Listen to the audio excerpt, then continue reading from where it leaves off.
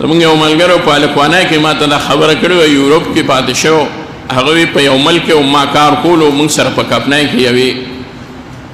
جینۍ انګریزي کار کولو نو خامخا مشینانو باندې موږ ولاړو نو هغې به ما څه کله کله تپوس وکړو نو هغې ما ته وی چې ته خو مسلمان یې د کوم ځای ما ورته ووایې د پلانکي ځای پاکستان بیا ټول تپوسونه یې کول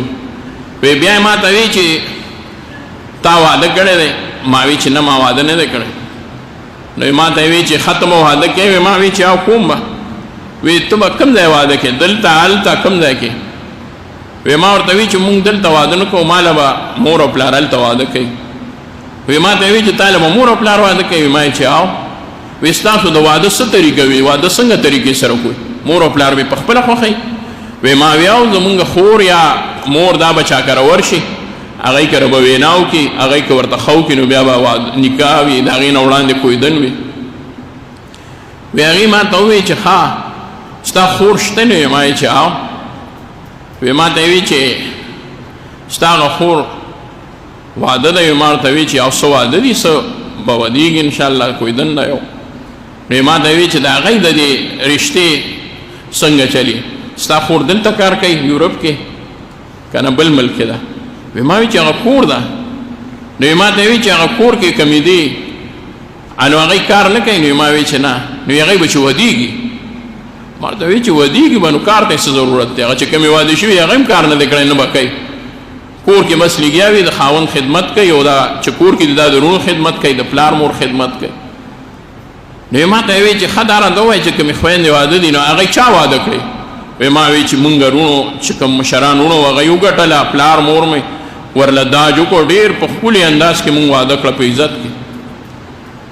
وی چې اوس هغه تاسو کره راځي ما ورته وی چې ورځو راځي په شپو راځي ماشومان یې راځي هغې مونږ کوئ بس وی هغې دلچسپي واخیسته زما خبرو کې نو بیا یې ما ته ووی چې هغې کار نه دی کړی نو دا چې تاسو واده کړن دا پیسې به تاسو بیا اخلئ واپس ما وی چې بیا به تې ولې وایي پیسې اخلو هغې ځان ښه پوره پوه کړو هغې یورپین جینۍ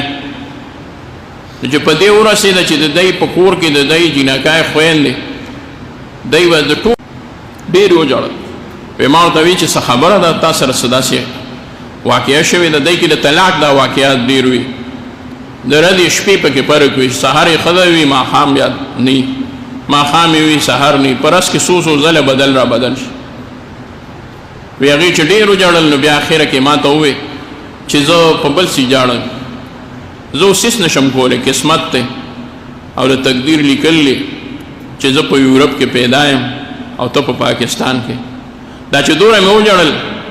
ما وی څومره به ښه وه که زه ستا خور وی زه به ستا خور وی نو څومره به ښه وه وی ما ورته وی چې ولې وی چې زه به اوس واده وی که نه ته زما عمر ته وګورئ ما چې ته ولې نه یې واده وی ما ځان له دوره څه نه دي ګټلي چې زه پرې واده شم زمونږ بعضې مسلمانان زمونږ ځوانان یورپ والو هر څه ته پسخېږي هر څه ته پسخېږي د هغې نه مو تپوس کړی دی ژوند خو د مسلمان دی که په صحیح معنو کې د خپل ژوند هغه تېر هغه زنانه چې هغې په بهر ګرځېدو باندې خوشحالېږي هغې ته د خپل دین د هغې د کردار او د هغې د عزت پته نشته چې دین والا څومره لوی عزت ورکړی دی څومره لوی عزت والا ورکړی دی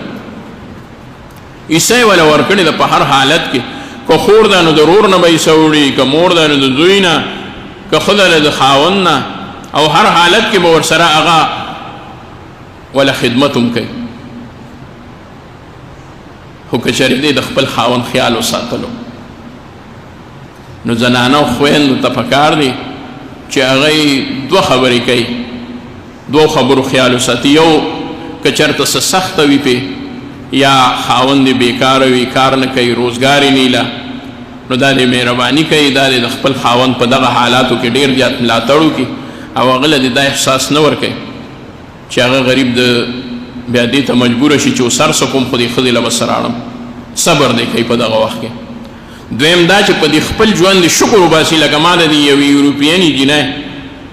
صرف خبره تاسو ته وکړه داسې یو نه ده دا یورپ د دې نه ډک دی او هغه بد اثرات زمونږ د اسلامی ملکونو کې هغه خلکو ته هم رادن نشو کم خلک چې د هغوی په لار روانو نن هغه خلکو مو هم دکه شان شو په هغوی کې هم د جینکو دپاره رشتې نه راځي وجه هم دکه ده نو چې یو شکر وباسي په دې خپل حال باندې بل صبر کوي په حالاتو کې که خراب حال پې راشي اسی هم یو بیبي دې وګوري دا د دې ته نه ګوري چې په ما باندې په دې کور کې څه سخت دي بلکې دې ته وګوري چې الله تعالی ماله څومره لوی د عزت ژوند راکړی دی چې دې د چا د کور زینت جوړه کړې زنانه دې ته سوچ وکړي په دې دا شکر وباسي